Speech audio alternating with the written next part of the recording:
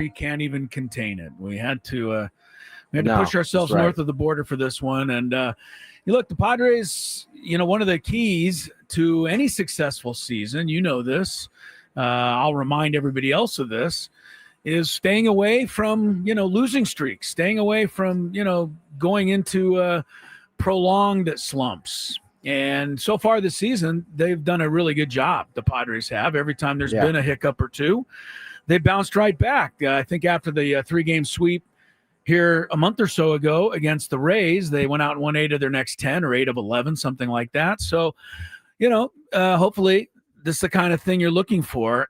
Every season is going to have a 3-game losing streak or 2 or 3. There might even be a couple of 4s or 5s in there, but the key is to keep them to a minimum. And, I think that's kind of the job at hand tonight or beginning tonight.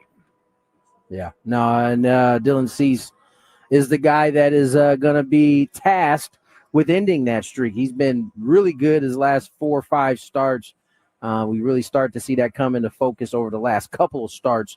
But the Padres need a big one from him today. And you know what else would be nice? To see the offense get going again. That Seattle Mariners series really had you feeling like it was like, Padres circa 2023, when it just couldn't get the offense rolling. And that some of that's credit to what the Mariners were able to do as a pitch staff. I know they didn't have their big guns, but the one thing I think the Mariners are starting to show is that they have figured out a way to produce some pitchers, especially starting pitchers. But it'd be nice to see the Padres kind of get back to it offensively. I thought obviously Luis swung the bat well in that series. I think Bogart swung the bat well in that last series, but everybody else was relatively quiet outside of Fernando's couples of I think his solo shot. Offense was pretty anemic at times in that series against the Mariners. So hopefully this is a good hitting ballpark. Ball seems to jump here. Hopefully they can kind of get back to it here tonight.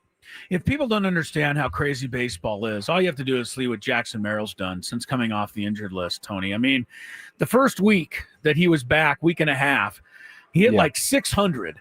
There was no way to get him out. He was getting 3 hits a game. He was running the bases. He was making every catch in center field.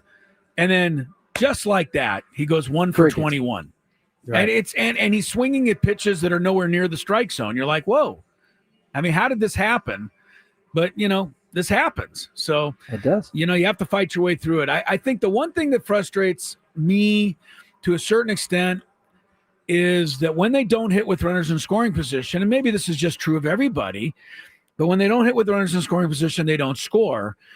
And I think the combination is that plus the fact that they still haven't found that crooked number home run this year. I mean, they had the 3-run shots in Colorado, but that's pretty much been it. So what other homers are you looking for? Well, I'm looking for, I guess I am looking for a couple more 3-run homers, a one big swing that can put 3 up there and make up for having to get 3 hits with runners in scoring position. That's what I'm looking for. And they right now they haven't found that. I think Manny, we've talked about it. I don't want to complain about Manny. People thought I was complaining about him yesterday. I wasn't. I'm just trying to say that 3 home runs from him is not going to get it done. He sounds like a complaint. Yeah, I know it does. So there's no other way to say it, I guess. But, I need some power from Manny, and he normally will give it to me. In fact, I'm sure he will. But until that happens, they need to rely on, hitting with runners in scoring position. And it's crazy to go 0 for 21 in a series. But that, I don't know, is that a product of bad hitting, bad execution, or just bad luck? I imagine it's a little of everything that happened in Seattle. I don't know. I would say it's a product of probably a little bit of all those things. Yeah. You go 0 for 21, it's going to be tough to win games, whether you're hitting homers or not. Padres had almost no problem putting up multiple runs and hits. And quite frankly, they got hits against Mariners. They had 7, 8, 9 hits against those guys, but ultimately they weren't able to get those hits with runners in scoring position. So, now you fast forward to yesterday, we're having conversations about homers today, multiple having conversations about, multi-runner homers, 2, 3 grand slams. And that's only because they went 0 for 21. That's true. That's it. You're not wrong. You're not wrong. No, you're not wrong. The stats do bear out the fact, though, that when they hit home runs with runners on base, they have hit a total this year of 13 home runs with a runner on base this year. 13. Only one of those has come in a game that they lost. All right, so the other 12 that they've hit have all come in games that they've won. So that suggests to me when they can get the 2-run homer, the rare 3-run homer, they win. And okay, so if that suggests that to you, then what did the start of the season suggest to you when they went undefeated for the first however many days that didn't have homers in those? It suggested to me that I'm just grasping a little bit. I mean, but their pitching was a little ridiculous at the beginning of the season. Let's be honest; they didn't have to score a whole lot. Listen, that's very true, and I'm just poking fun, but ultimately, they will and they need to hit a few more homers. But I don't think we should start focusing on the amount of homers.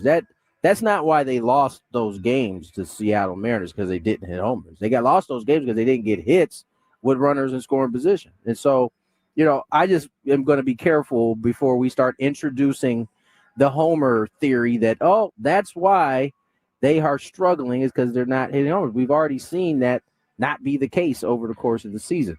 I don't worry at this point. If you are worried about Manny and him hitting homers, and I'm not talking about you, Chris, I'm just saying in general. Yeah, you just haven't been paying a lot of attention to Manny Machado at all throughout the course of his career, because he gets his numbers. He always gets his numbers. That is something that he has done pretty consistently over the course of his career. You hope that this isn't like the first real trouble that Jackson Merrill is going to have. I mean, what'd you say, 1 for 21 or 0 for 21? I think he went 1 for 21. He was 1 for 17 in the Seattle series and finished the Angels series 0 for 8. So you hope that this dude has never. I can't think of if this feels like the longest streak he's ever had. Honestly, I'm sure he's had one longer, but it's hard to remember him having any type of struggle. But I know. Maybe we hoping that this isn't the time that he's about to start having one, but inevitably everyone has one at some point. Yeah. And again, when we're talking about the home runs, last thing on the home runs, because if Victor Rodriguez goes into the meeting before the season or this series with Toronto and says, guys, we've got to start hitting home runs, that's going to go against everything that they've been teaching this team for the last couple of years, which is hit line drives, hit gaps, let the homers happen when they happen. So you can't really change the message now. You have to go up and hit line drives because that's worked for you. It got you to the playoffs last year. It's got you in good position this year. So it's really neither here nor there to sit here, even though I'm doing it, and say, hey, we got to start hitting more home runs, because that's really the last thing that you need to do when you want to hit a home run. Well, it's the last thing they should be saying. Now, certainly, hopefully the luck starts to turn their way where some of these balls start getting in the air and they turn into homers. That would be the ultimate goal of all of this. So I don't know. The Padres, maybe I'm naive enough to think that this is just a small blip in the radar for the Padres this year. I don't think this is a sustained thing. Now, if this happens over the next, this road trip too, then okay, maybe I have a little concern. But I just have seen too much evidence in terms of these guys like constantly getting back to it after something bad happens to have me think anything else is. And when I say bad, they lose a series, they get swept. Yeah. They've too much evidence showing that these guys bounce back to think that they're just gonna fold it up. They've really only had the one really blip so far, and that was the 2 out of 3 at Houston, 2 out of 3 at Detroit, and then all 3 at Tampa Bay or with Tampa Bay. That's right. But they came right back and went 8-3. So, let's do something similar. And everything will be fine. Let's remember what we often are telling people, because I even have to remind myself here. Yeah, it's a week-to-week thing. It was considered a bad week, just like that Detroit week was, right? Yeah. And then the following week started bad because they got swept by Tampa, but then they finished off the road trip right. And as you said, the next week they went 8-3.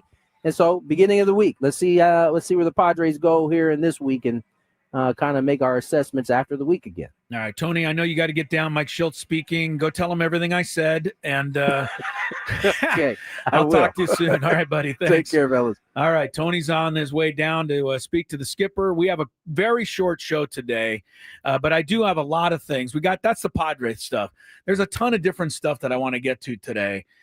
What's more important than the Padres and Manny Machado not hitting home runs? Well, because we already went over it for 2 straight days, and I'm done with it. I know. I got so many DMs last night. It boggles my mind how many people think that the Padres are telling us what to say. Oh. Like, I'm a conspiracy theorist, but when the source of the conspiracy says they're not telling us what to say, I promise you, I would believe it. But nobody believes us. We're just a shill. Like I said, when they lose 3 in a row, I don't get paid.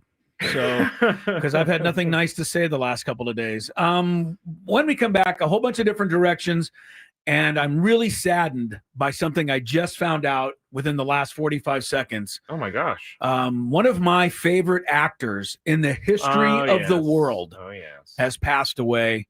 I have to take a moment to pay tribute, and then the rest of the sports day on 97.3 The Fan.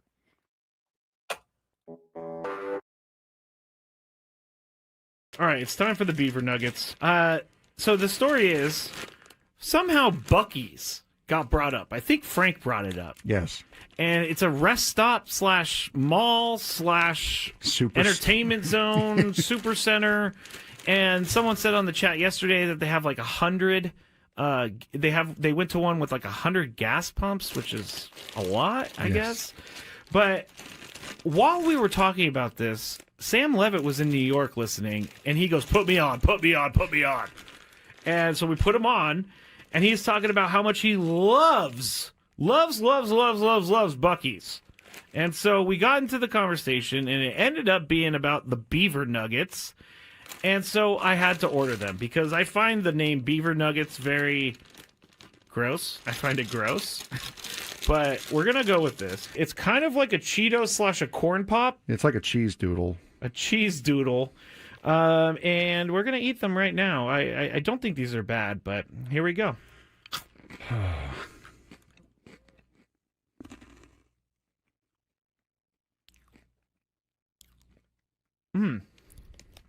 I like it. It tastes like a corn pop. I was just saying it tastes like a waffle, really. It does kind of taste like a waffle. You know what? I'm in.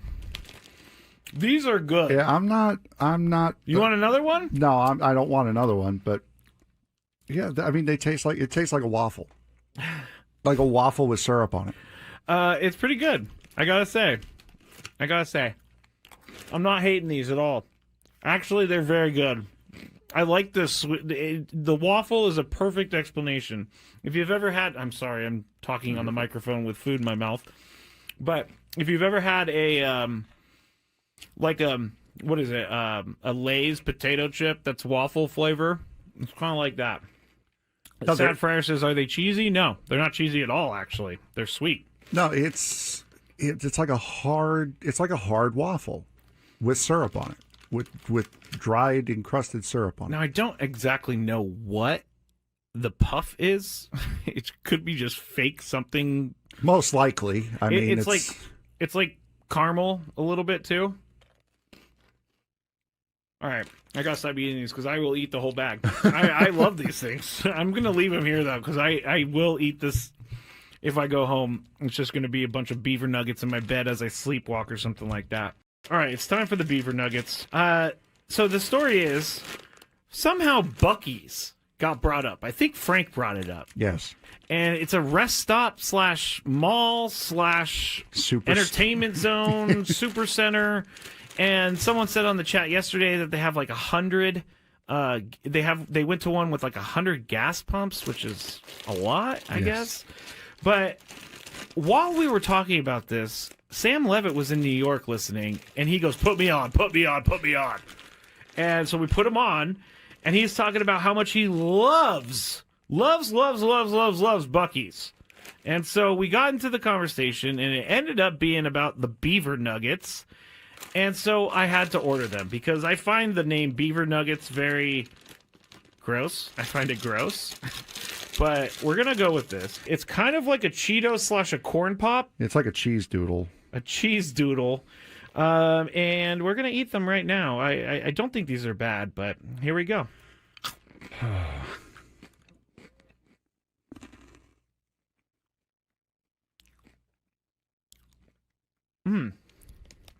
I like it. It tastes like a corn pop.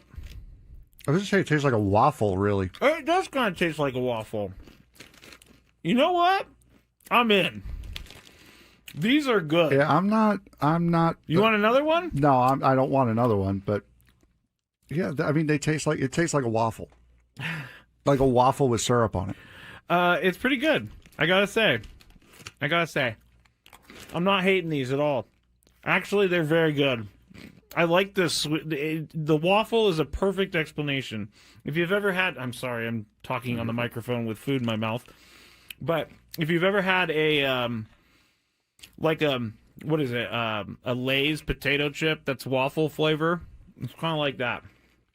No, Sad Fryer says, "Are they cheesy?" No, they're not cheesy at all. Actually, they're sweet. No, it's like a hard waffle with syrup on it, with dried encrusted syrup on it. Now I don't exactly know what the puff is.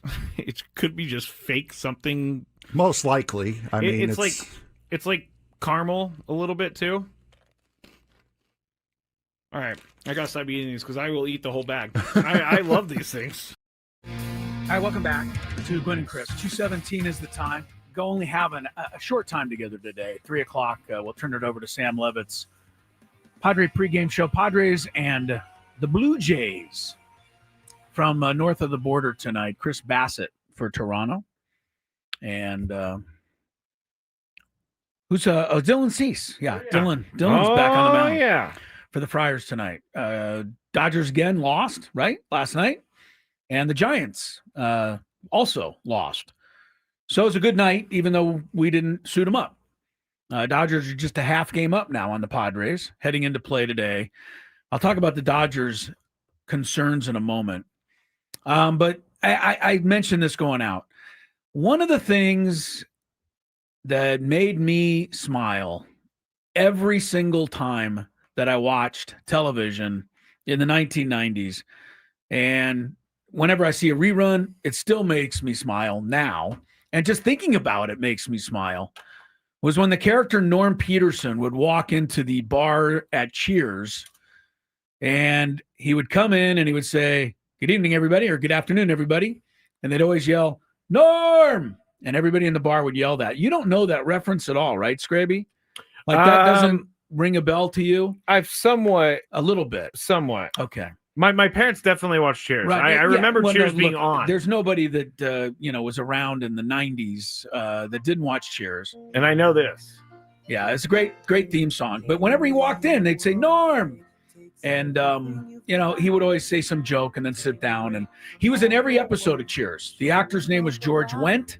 And he passed away today at the age of 76. I feel a little piece died there. Really? Yes, Norm was that big in my time. And, that show was huge. But he was the character that I think a lot of us kind of really enjoyed. I'm trying to think. He was the everyman's guy, just sitting on the end of the bar there, drinking a beer. Can I ask a question that yeah. Is not meant to be a hater question, okay. But was that show just about a bunch of alcoholics at a bar? No, it was the owner of the bar, Sam Malone, was a former baseball player, and I did know that, and a former alcoholic.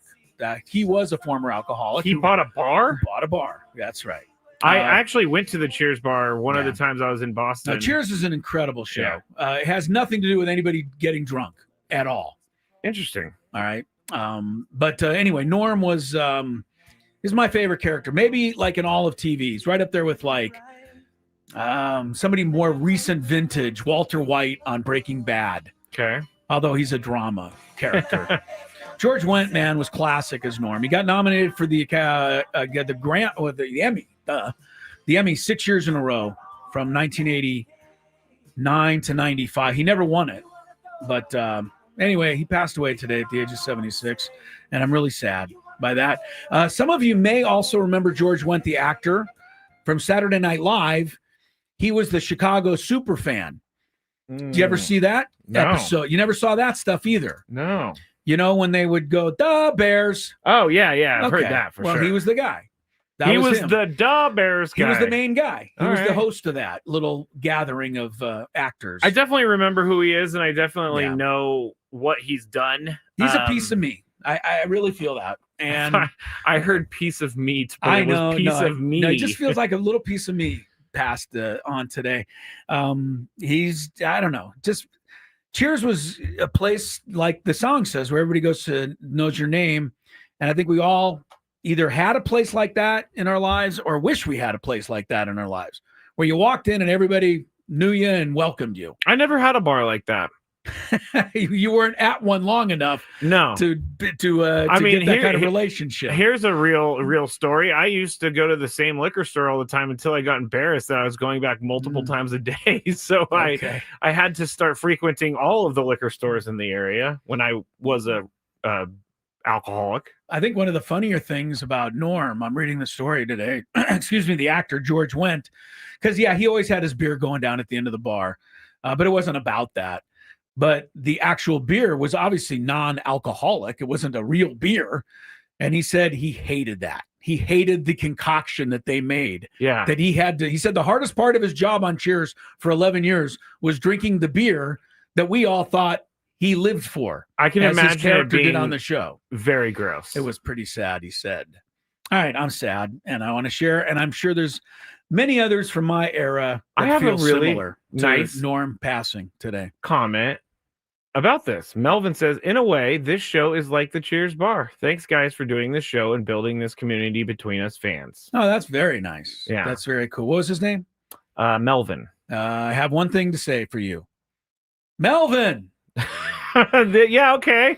Melvin! Bringing you in, Melvin. Maybe that's how we today. need to start saying hi to people. That's right. We all just yell out their name. All right. It's hard to make a transition from that. What's a buffalo theory? It says Norm's buffalo theory is classic. Oh, not coming, back to me right now. Okay, but we'll over look into 11 seasons and 150 episodes. We'll look into it. Yeah, that one I don't have off the top of my head, but I have a lot of Norm stuff, not that one. The Dodgers lost last night, and here's what I liked about it, Scrabe. Not only did they lost, that's good. We need that. But after they played terrible. I don't know if you saw any of the highlights of the game. Hae-Sung Kim was out in center field. I did not see he was in center field. Desperate Dodgers put him out in center field. And somebody on the who'd they play last night? Arizona. Yep. Somebody had a lazy pop fly to right center field. Hae-Sung Kim came running in and, like a little leaguer, watched as the ball landed 25 feet away from him over in right center field. Scraby, he couldn't have reached it with a 20-foot pole.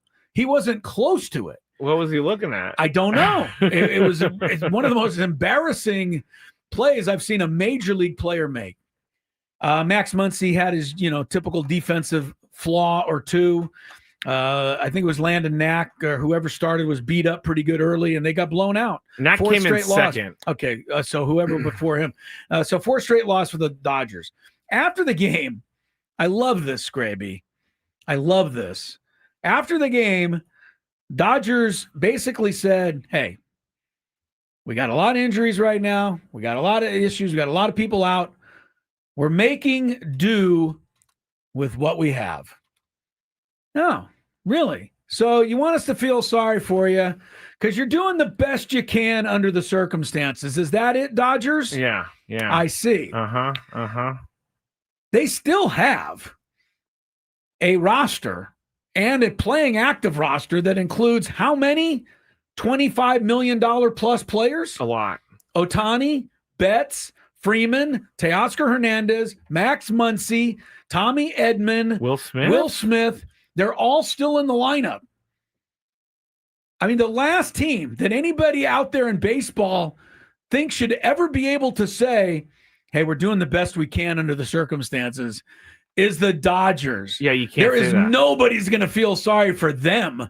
No. In any way, shape, or form. No. And so, hey, I got an idea. I just got a kick out of that one. I got an idea. I know you can't really predict injuries, but why don't you go out and like spend your money wisely on players so you have multiple options in case something happens? They would have a little extra money if they didn't give a lot of it to Blake Snell and to Tyler Glass now and to, some of these guys. But hey, they make what they make, and there's nobody going to feel sorry for the Dodgers. No. I mean, you got to be kidding me, telling me, we're making do with what we have. Really. Even Miguel Rojas makes $5 million a year, and they're about to cut him in the wake of cutting Chris Taylor and Austin Barnes. By the way, Chris Taylor popped up a lot in my DMs last night. My answer, is the guy that the Padres should get? My answer is no. Is he hitting over 100? I didn't even look at his stats. I just knew that he was older, and Chris Taylor has killed the Padres forever. All right, we'll go where you want us to go. 200. Yeah, when we come back, we'll take a look at the Padres' weak left field situation and tell you who's playing there tonight as they go into Toronto. I have a few other things to get to, a little potpourri of stuff before we end the show. It's Chris Ello, it's Matt Scraby, Tony in Toronto, and it's Gwynn and Chris, 97.3 The Fan. Gwynn and Chris. What are we doing, guys? I'm going to see the museum for the first time ever. It's going to be sweet. See my dad's plaque. See where Trevor's plaque is going to be. It's going to be pretty dope. Chris, I'm going to go to the Hall of Fame for the second time because I went earlier today, but I'm going in to see Tony go into the Hall of Fame. So all the way straight and back left. Straight back left. Straight on that back wall. This one? Yeah. How you feeling, Tony? I don't know how I'm feeling right now, honestly. Excited? I'm definitely excited. Hello! Eric, how you doing? Pretty good.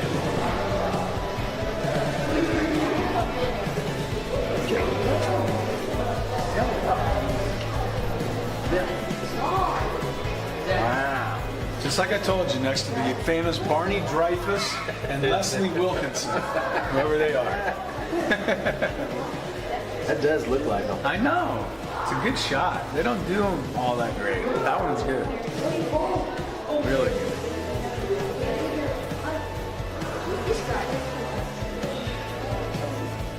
I missed a year. 300.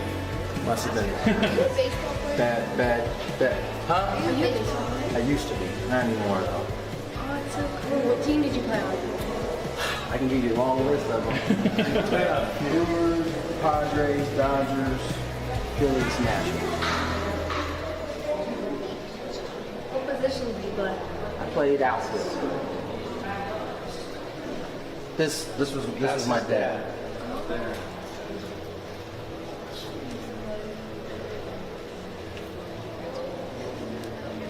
Oh, there's Dick Williams, Goose.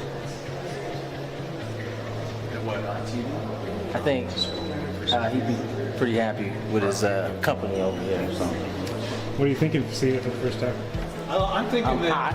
I'm quite warm right now, but it's cool. I mean, it's what I thought it was going to be. I mean, not too many people can say they have a dad that's enshrined in this place, so I think this is awesome.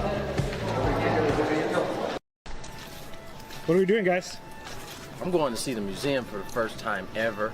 It's going to be sweet. See my dad's plaque. See where Trevor's plaque is going to be. It's going to be pretty dope. Chris, I'm going to go to the Hall of Fame for the second time because I went earlier today, but I'm going in to see Tony go into the Hall of Fame. So all the way straight and back left. Straight back left. Straight on that back wall. This one? Yeah. How you feeling, Tony? I don't know how I'm feeling right now, honestly. Excited? I'm definitely excited. Hello! Eric, how you doing? Pretty good.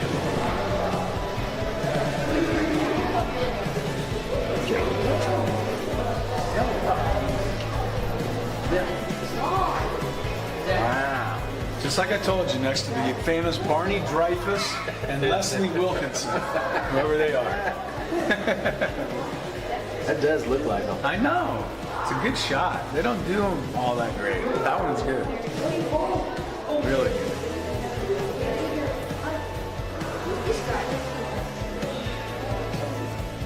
I missed a year. 300.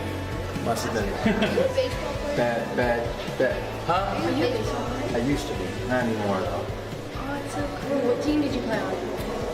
I can give you a long list of them. Brewers, Padres, Dodgers, Phillies, Nationals. What position did you play? I played outfield. This was my dad.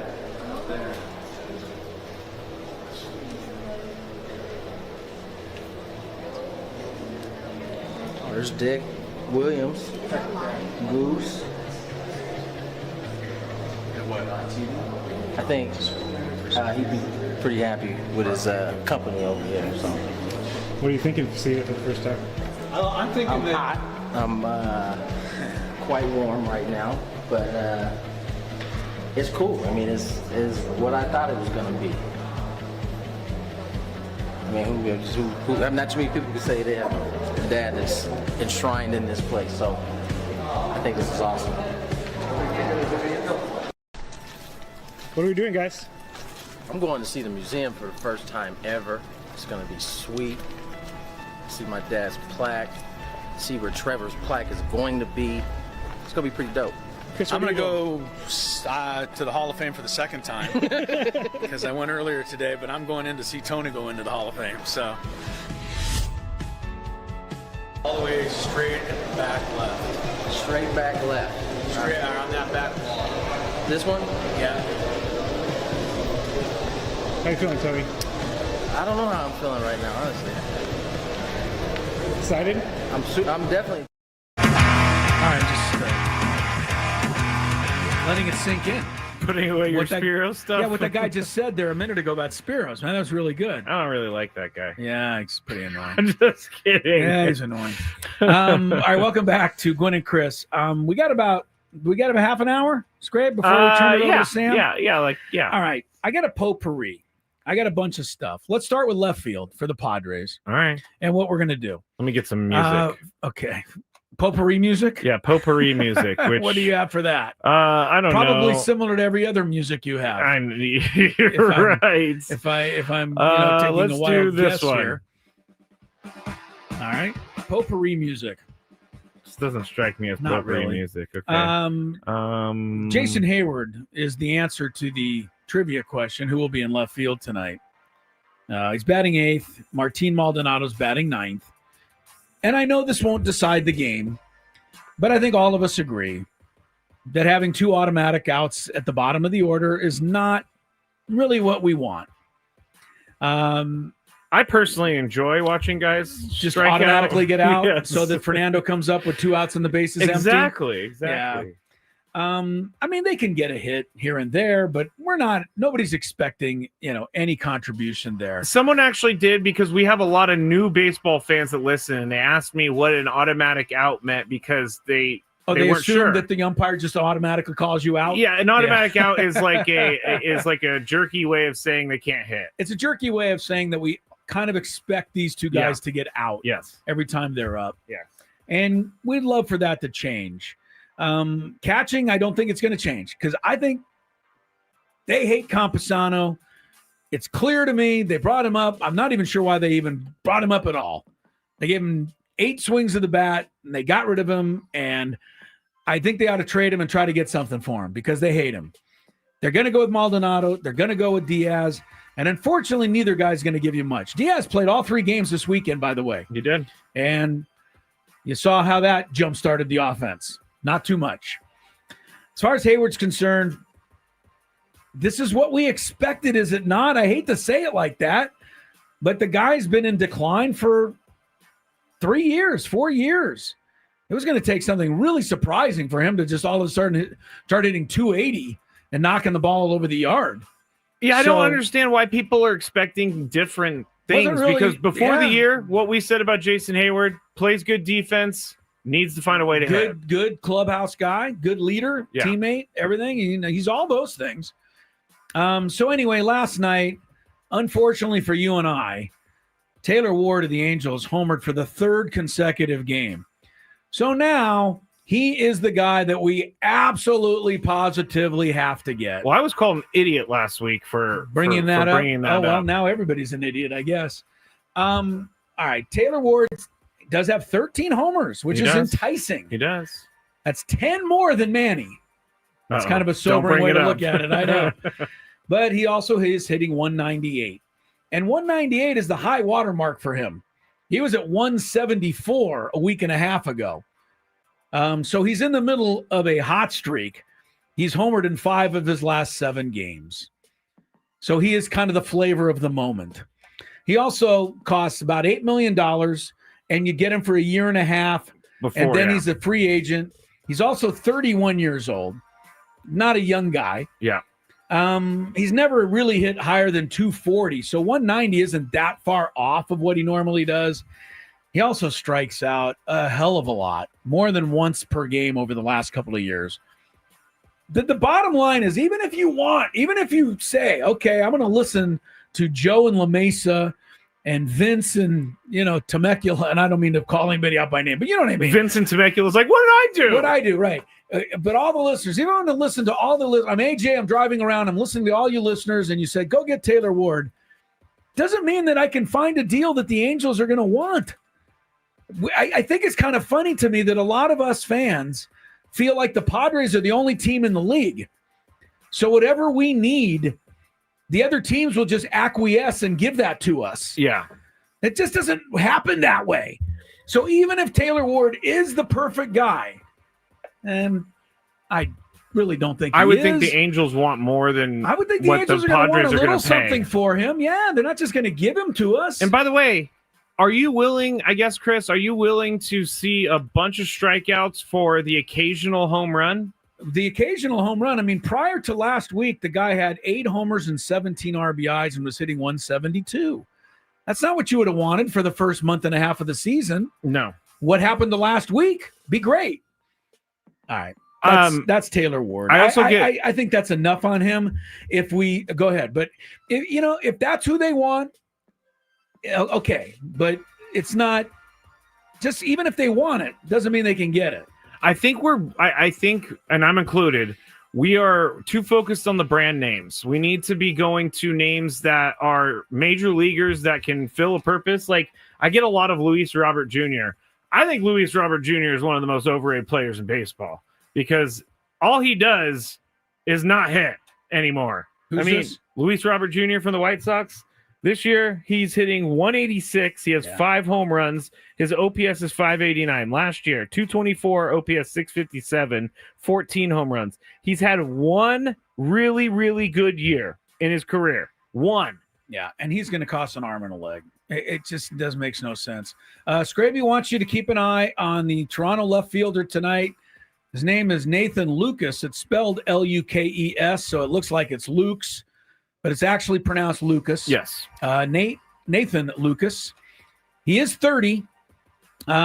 Just started his major league time clock, so he's way at the beginning of contracts. He's at the beginning of contract stuff. He did hit 303 last year in 76 at-bats. He's got 4 career home runs. We don't need him for home runs. What do we need him for? Defense and at least hitting 250. He's hitting 247 right now. There you go, 250. Okay.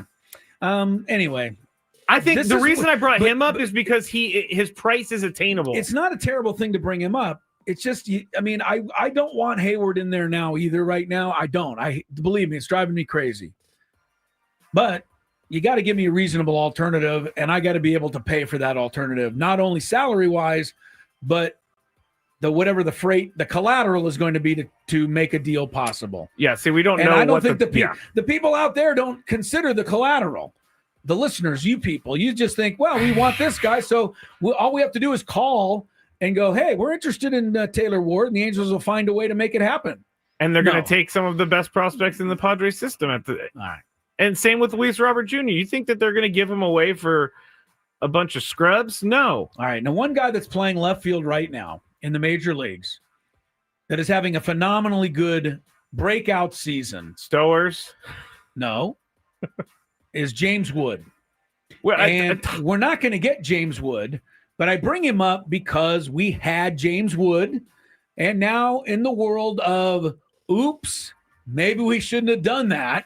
Oops, I did it again. People are saying, oh my goodness, we gave away way too much to get Juan Soto for a year, etc. And of course, Soto came and he went, and now we have what we have. Mm-hmm. We have Dylan Cease, basically, and Michael King in exchange, basically, for James Wood, C.J. Abrams, and Mackenzie Gore. Yeah. Is it the worst trade in the history of baseball? No. But James Wood is making it a little tougher to stomach this year. He's got 12 homers. He's hitting .279. He's got a .908 OPS. He looks like he's going to be a hell of a player. Did he look great in left field right now. Yes. So it's painful to see him doing these things. Did you, I'm sorry, I was reading something. Did you mention that Bobby Barrels, Robert Hassel, has not cracked the Major League roster yet? I didn't even mention that. And he was a big part of that trade. Yeah, but he's not. He's not. Exactly. Now, like I said, he's not. Luke Voigt isn't either. The trade is basically what I said it was. Wood, Gore, Abrams there.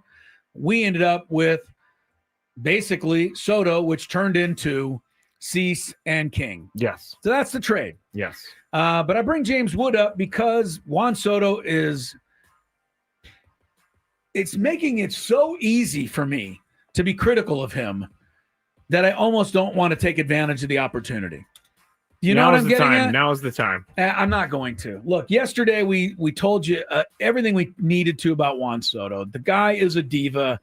The guy is what he is. The New York media, fans, players, teammates, coaches, they're all finding out about it now. Mm-hmm. They all seem surprised by it. And the stories are starting to pop out that Soto isn't interested, that he's not a team guy. All of these things that we already knew. And then last night, he tops it off by hitting a fly ball off the green monster at Fenway Park and watching it sail and watching it and watching it. He's actually lucky he didn't get thrown out at first base. I mean, he barely ran at all. After the game, he was asked about it. I can't believe, well, maybe I can. He was asked about his lack of hustle, or he said if he needed to hustle more. And Scraby, he said, yeah, I hustle. Yeah. And the reporters were like incredulous. Like, what? They were. Like, are you looking at the same thing we are? So that was Soto's way of dealing with it. The manager of the Mets, Carlos Mendoza, as nice as he could, said, we're going to have a talk about it. I have it. If you want to hear Carlos Mendoza. That's fine. That's basically what he said. I don't need to hear. Okay. I'm not trying to, I appreciate you having it, but It doesn't basically sound what like he's, it, but- I know, basically I'm what he kidding. said is, we'll have a talk about it. That's fine. But the fact that a guy could make the major leagues and make over $70 million? 756, Sorry, believe? 750, $750 million. And have to be brought in for a talk because he doesn't hustle and try and play the game the right way. I don't know if that's a bigger indictment on the Mets for their stupidity of not looking it up or just on the player himself. But either way, I thank Juan Soto because I imagine in the time that he was here, I felt like I was in the minority of people who constantly said I was not a fan because he puts up big numbers. Chris, do you see what he does? And I see what he doesn't do. But I think everyone loved Juan Soto, hated to lose him. Addition by subtraction. I'm sorry. There's just no other way I can put it. He may very well carry the Mets to the World Series. Maybe you give him credit for carrying the Yankees there last year. I don't know. But to me, he's always going to be a selfish, play for me type of individual. And that's just not who I want on my club. No, and the one thing with me is if you need to be motivated after signing the biggest contract in Major League history, then there's something wrong with you. Like, you are the problem because all of a sudden, because you're not hustling, you're kind of angry at the media for even asking. Come on, Juan Soto. Yeah. You weren't hustling. Don't lie to us. Like, if that's your hustle, I've seen you run harder. I've definitely seen you run harder, Juan Soto. You know, of all the stories that have come out in the last week, the one that bothers me the most is him standing there with the media and walking off and telling one of the team spokespeople to tell the media people he'd be right back and then just never coming back. Yeah. To me, that is all I need to know about a person I don't want to be around. All right, let's move on to the next thing. I'm getting a little nervous, Scraby. I'm getting a little nervous. This is a potpourri segment, by the way. We're getting everything in before the end of the show. I don't know when the vote results are going to come in, but the tush push is lingering and hanging in the process or in the balance right now. It sure is.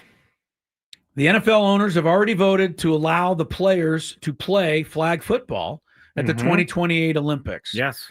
That came down, I want to say, at 7 o'clock this morning. It came down early. Right? It is now 6 hours after this, and we don't have a resolution yet on the tush push.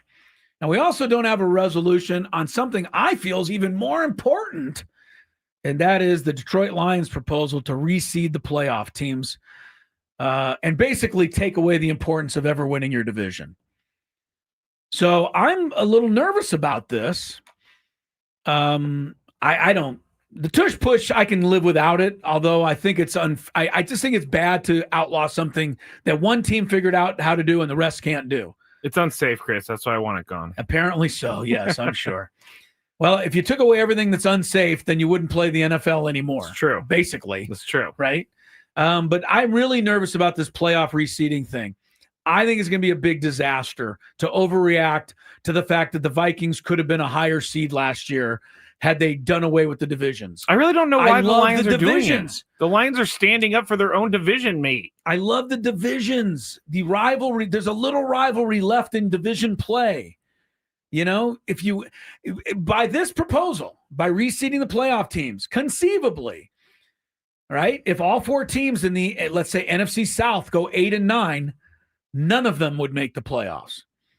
I just don't think that's the way it should be. I think if you win your division, you get into the playoffs. That's what divisions are for. Yeah, I agree with that. So I really hoping the owners stick up for that, but neither has been decided yet, Scrape, and I don't know when they're planning to announce this, but it hasn't happened yet.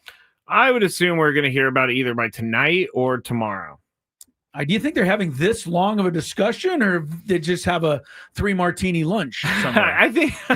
I think these are very important discussions they're really trying to work through. Yeah, okay. Because playoff seeding is probably the most important here. I think it is, because you're changing the fabric of the NFL. I think you are. They already changed it once when they added an extra wild card team and they only gave one team a bye, which I agreed with. Yeah. But you can't change it again just because one team got seeded incorrectly. The Vikings weren't even complaining. They were 14-3, and they had to go on the road. It does happen sometimes. Yeah. Where the second best team is in the same division. But it's okay. Like, I don't have a problem with that. If you're good, go win your game and move on to the next week. Agree. And the Vikings got basically, pointed out as a fraud. The Rams blew them out. No, they didn't look like they deserved a 14-3 anyway. No. So that's how that worked. I hope the NFL doesn't overreact to that. Can I give you some insight onto the flag football? Sure. So I guess a limit of one player per NFL team on each national team participating. Okay. I didn't know that. Yeah. Here's some of the breakdowns. Permission for any player under NFL contract to participate in tryouts. So if you're under a contract, you can try out. Again, one player per NFL team per nation. In addition, a team's designated international player can play for his home country.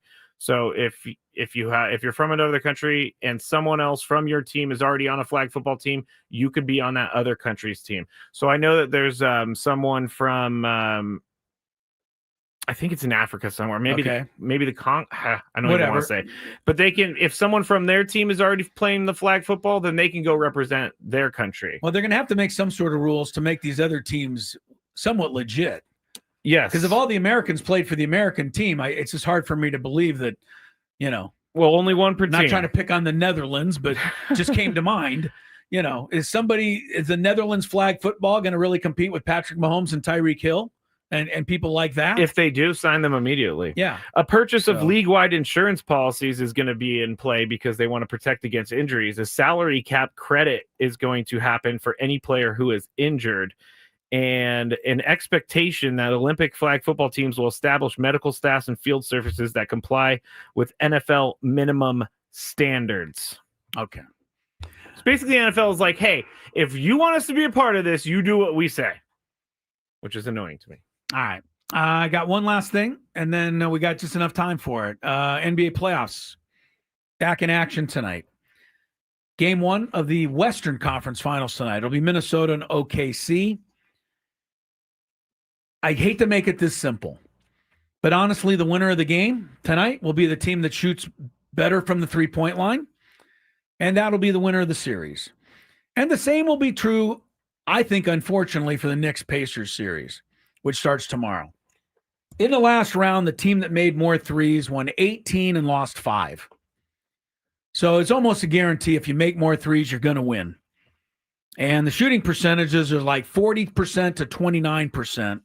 Winners versus losers. I'm just hoping that the Celtics being out of it and somebody else being able to win the championship this year will help begin the movement to change the isolation offense that bores everybody to tears. Don't know if it'll happen, but I'm hopeful. Did you see that they want all the teams to wear their original uniforms, like none of the new uniforms? Tonight? Like they want throughout the playoffs. They want the Pacers to wear their old ABA unis. They want them to wear like their official uniforms instead of wearing instead of the City Connects or whatever. I see what you mean.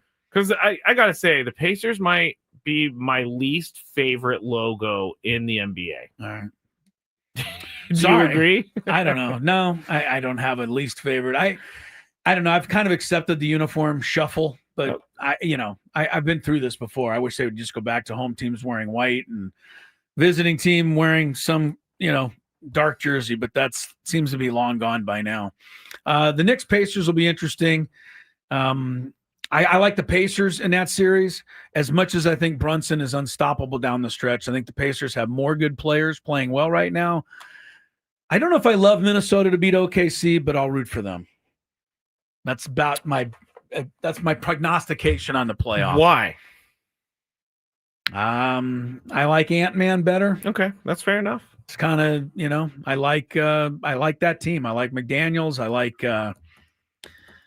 like Conley. I like Minnesota.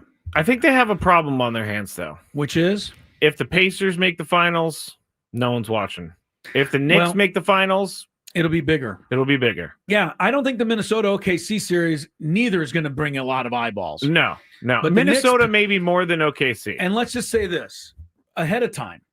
If the Knicks beat the Pacers, somebody somewhere, probably you, will say that it was fixed so that the Knicks could get in. I won't say that. Just prepare for it. I won't say that. It's going to happen, though. Well, the Knicks have been a pretty good team this year. Yeah, they might win anyway. I only grew up in an era where the Knicks were good with, Patrick Ewing and all of those guys. That's the only era I grew up in. They've not been to the finals since then.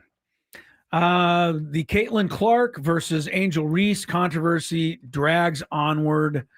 I think we hit it from all sides yesterday.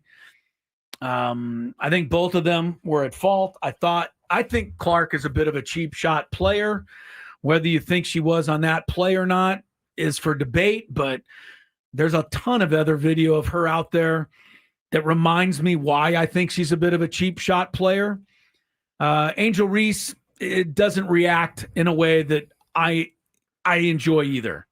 You're not calling out the part where Angel Reese pushed Caitlin Clark's teammate in the back out of the way. Yeah, and that's maybe why Caitlin Clark went after the ball the way she did. You know what she said after the game?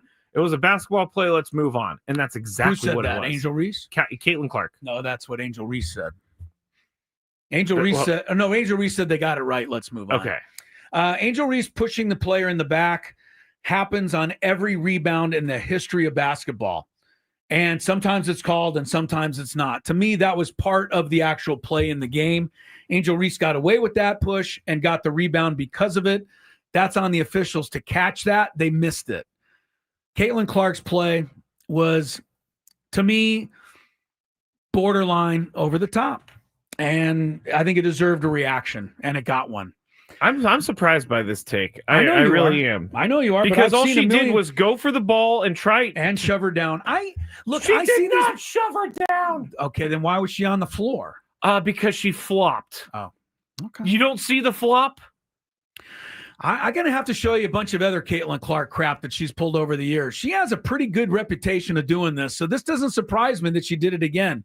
And I've seen a lot of basketball and non-basketball plays like that in my career refereeing, and I would have judged that to be a flagrant foul, unnecessary contact. That's what I would have judged. It's my opinion. You have yours. I have mine. It's really neither here nor there, because the bottom line is what you and I arrived at yesterday, and that is that the WNBA is walking a slippery slope here. All they're doing, whether they know it or not, is promoting a rivalry between Caitlin Clark and Angel Reese. The eyes on that telecast the other day was a world record for WNBA basketball, right? Biggest crowd or biggest viewing audience ever. It's all great. But because all of the eyeballs are only on Caitlin Clark and Angel Reese, we are, the rest of us, missing what is going on around the rest of the league, which is a lot of darn good basketball. So they've got to figure out a way to balance the two. They do, because as a guy who's trying to watch WNBA... Do you even know there's anything else happening in the league? Of course I know there's other games, but I don't care. Right. Because that's the only thing that... And I watched Paige Beckers a little bit last night because she's a high draft yes, you want to pick. see what she's looking like out there. She got 20 points last night, She had 19. She had a pretty good game. Okay. But, yeah, it's... they got to be careful. It's a balancing act, because Reese and Clark are your meal ticket. But you can't forget about the rest of these players and the rest of these teams and these kids and what they're all doing. But they're not as good. Like, that's the problem. I think many of them are much better than Clark and Reese.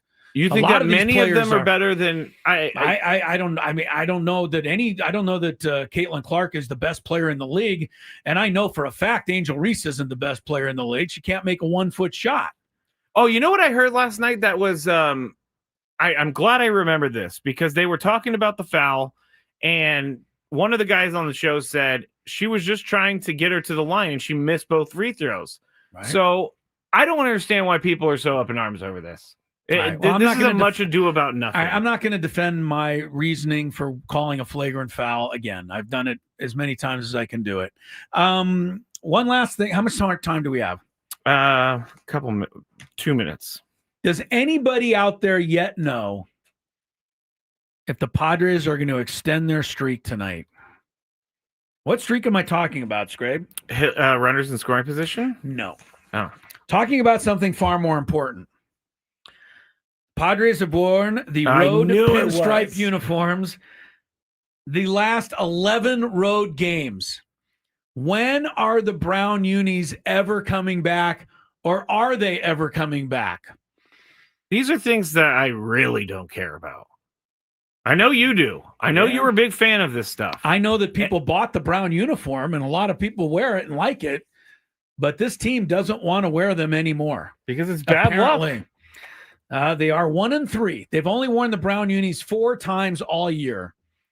They've worn the pinstripes 11 straight games on the road. The last time they wore the road brown was April 21st. It's almost the 1-month anniversary of the last time we saw the brown unis.